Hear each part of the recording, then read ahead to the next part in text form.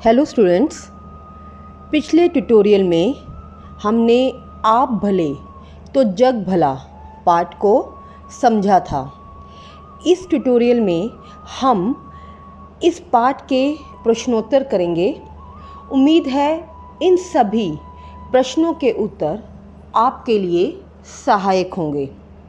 तो बढ़ते हैं अपने पहले प्रश्न की ओर।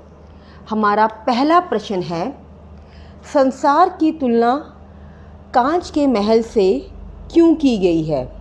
तो उसका उत्तर इस प्रकार से है, जब हम किसी कांच के महल में खड़े होते हैं तो हमारे आसपास के सभी कांच एक दर्पण की भांति प्रतीत होते हैं।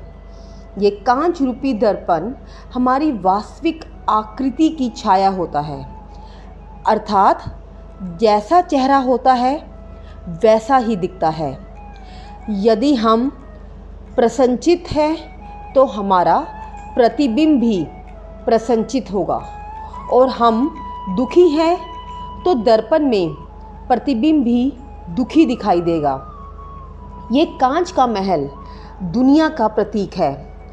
व्यक्ति इसमें अपने स्वभाव की छाया देखता है।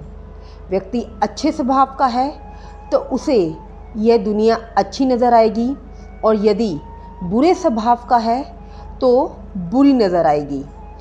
इसी छाया गुण के कारण लेखक ने संसार की तुलना कांच के महल से की है। हमारा दूसरा प्रश्न है, अब्राहम लिंकन की सफलता का सबसे बड़ा रहस्य क्या था? इसका उत्तर इस प्रकार है, अब्राहम लिंकन दूसरों का दृष्टिकोण, कामों और भावों को समझकर चलते थे। वह कभी दूसरों की अनावश्यक नुक्ताचीनी कर उनका दिल नहीं दुखाते थे। उनका यही विचार उनकी सफलता का सबसे बड़ा रहस्य था। अब बढ़ते हैं अगले प्रश्न की ओर। लेखक अपने मित्र की मिसाल भौंकने वाले कुत्ते से क्यों नहीं देना चाहता? इसका उत्तर है, लेखक अपने मित्र की मिसाल भौंकने वाले कुत्ते से इसलिए नहीं देना चाहता था क्योंकि लेखक की इच्छा थी कि उसका मित्र इस बात को समझे कि यह दुनिया कांच के महल की तरह है। जब हम दूसरों को सकारात्मकता देते हैं तो वही सकारात्मकता हमारे पास वापस आ जाती है, और यदि नकारात्मकता देते हैं तो नकारात्मकता वापस आ जाती है। लेखक चाहता था कि उसका मित्र दूसरों के अवगुणों पर टीका टिप्पणी बंद कर स्वयं को सुधारने का प्रयास करे। अतः अपने मित्र की मिसाल भौंकने वाले कुत्ते से न देने का कारण मित्र के स्वभाव में परिवर्तन की उम्मीद है। लेखक ने मित्र की किन गलतियों का वर्णन किया है? तो इसका उत्तर है, दुनिया में पूर्ण कोई नहीं है। हर एक में कुछ ना कुछ कमियां रहती हैं। अपनी इन कमियों को नज़रअंदाज कर दूसरों के अवगुणों पर टीका टिप्पणी करना गलत है। लोग दूसरों की आंख का तिनका तो देखते हैं, पर अपनी आंख के शहतीर को नहीं देखते। ये उक्ति लेखक के मित्र के चरित्र पर सही बैठती है।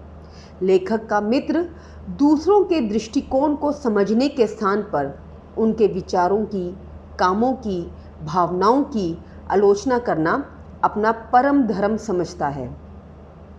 दूसरा, लेखक का मित्र भले ही दिन भर दूसरों की बुराई करता रहे, लेकिन दूसरों के मुंह से अपनी बुराई या आलोचना सुनकर आग बबूला हो जाता है। तीसरा, वह दूसरों को समझने के लिए प्रेम और सहानुभूति के स्थान पर क्रोध का सहारा लेते थे। वह ये भूल जाते थे कि शहद की एक बूंद ज़्यादा मक्खियों को आकर्षित करती है बजाय एक सेर जहर के। हमारा अगला प्रश्न है, दूसरे कुत्ते की खुशी का क्या कारण था? तो इसका उत्तर है, कांच के महल में एक दूसरा कुत्ता आया। उसे भी हजारों कुत्ते दिखाई दिए। वह डरा नहीं, प्यार से उसने अपनी दुम हिलाई। सभी कुत्तों की दुम हिलती हुई दिखाई दी। वह खूब खुश हुआ और कुत्तों की ओर अपनी पूंछ हिलाता बढ़ा। सभी कुत्ते उसकी ओर दुम हिलाते बढ़े। वह प्रसन्नता से उछला कूदा, अपनी छाया से खेला, खुश हुआ और फिर पूंछ हिलाता हुआ बाहर चला आया। अतः हम कह सकते हैं कि इस कुत्ते की खुशी का कारण उसका प्रसन्नचित व्यक्तित्व था। हमारा अगला प्रश्न है, सुकरात ने ज्ञानी व मूर्ख व्यक्ति को कैसे परिभाषित किया है? तो इसका उत्तर है, सुकरात के अनुसार जो व्यक्ति मूर्ख है और जानता है कि वह मूर्ख है, वास्तव में वह ज्ञानी है। पर जो मूर्ख है और ये नहीं जानता कि वह मूर्ख है, वास्तव में सबसे बड़ा मूर्ख है। अगला प्रश्न, प्रेम पूर्वक व्यवहार सभी को अच्छा लगता है, पाठ के आधार पर स्पष्ट करें। तो इसका उत्तर कुछ इस प्रकार है, प्रेम पूर्वक व्यवहार एक ऐसी शक्ति है जो किसी बड़े से बड़े शत्रु को भी मित्र बना सकती है। जीवन की सभी बुराइयों की औषधि यही प्रेम पूर्वक व्यवहार है। सुधारवादी लेखक श्रीमन नारायण जी ने इसी बात को आप भले तो जग भला संस्मरण में अनेक घटनाओं द्वारा स्पष्ट किया है। पहली घटना, प्रेम और सहानुभूति के अभाव में लेखक के मित्र की किसी से नहीं बनती थी, इसलिए उनके मित्र यहाँ तक कि उनका रसोइया भी उन्हें छोड़कर चला गया था। दूसरा, गांधी जी ने अपने प्रेम और सहानुभूति के बल पर पृथ्वी सिंह जैसे ना जाने कितने व्यक्तियों की जीवन की दिशा बदल दी। तीसरा, मनुष्य की तरह जानवर भी प्रेम की भाषा समझते हैं। अमेरिका के मशहूर लेखक इमर्सन अपने लड़के के साथ एक नन्हे बछड़े को झोंपड़ी के अंदर ले जाने के लिए जोर जोर से खींचने लगे। ज्यों-ज्यों वह जोर लगाते, त्यों-त्यों वह बछड़ा भी सारी ताकत लगाकर पीछे हटने लगता। इतने में उसकी बूढ़ी नौकरानी आई। उसने अपना अंगूठा बछड़े के मुंह में प्यार से डाला और उसे आराम से झोंपड़ी के भीतर ले गई। अगला प्रश्न, आलोचना करने वाला ही सबसे बड़ा मित्र और मार्गदर्शक होता है, क्यों और कैसे? तो उसका उत्तर इस प्रकार से है, आलोचना करने वाला ही हमारा सबसे बड़ा मित्र और मार्गदर्शक होता है।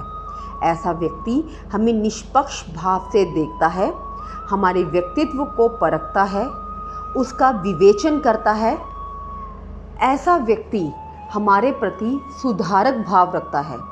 वह उन चीज़ों के प्रति हमारी आंखें खोलता है जिन्हें हमने अनदेखा किया है। वह हमारी कमज़ोरियों को प्रकाशित कर हमारे व्यक्तित्व को निखारने में मदद करता है। कबीरदास जी ने भी कहा है, निंदक नियरे राखिए आंगन कुटी छबाए, बिन पानी साबुन बिन निर्मल करे सुभाए। अगला प्रश्न, किसी के गुण दोष बताते समय हमें किस प्रकार का आचार व्यवहार अपनाना चाहिए? इसका उत्तर है, किसी के गुण दोष बताते समय हमें सज्जनता, मधुरता, सहजता, सरलता और विनम्रता रूपी आचार व्यवहार को अपनाना चाहिए। हमें इस बात का विशेष ध्यान रखना चाहिए कि हमारे वाक्यों से, आचरण से, कर्म से किसी की भावनाओं और मान सम्मान को ठेस ना पहुँचे। हमारा आचार व्यवहार दूसरों के दृष्टिकोण को सकारात्मक और नकारात्मक रूप से प्रभावित कर सकता है। तो इसी के साथ इस पाठ के प्रश्नोत्तर यहाँ पर पूर्ण होते हैं। धन्यवाद।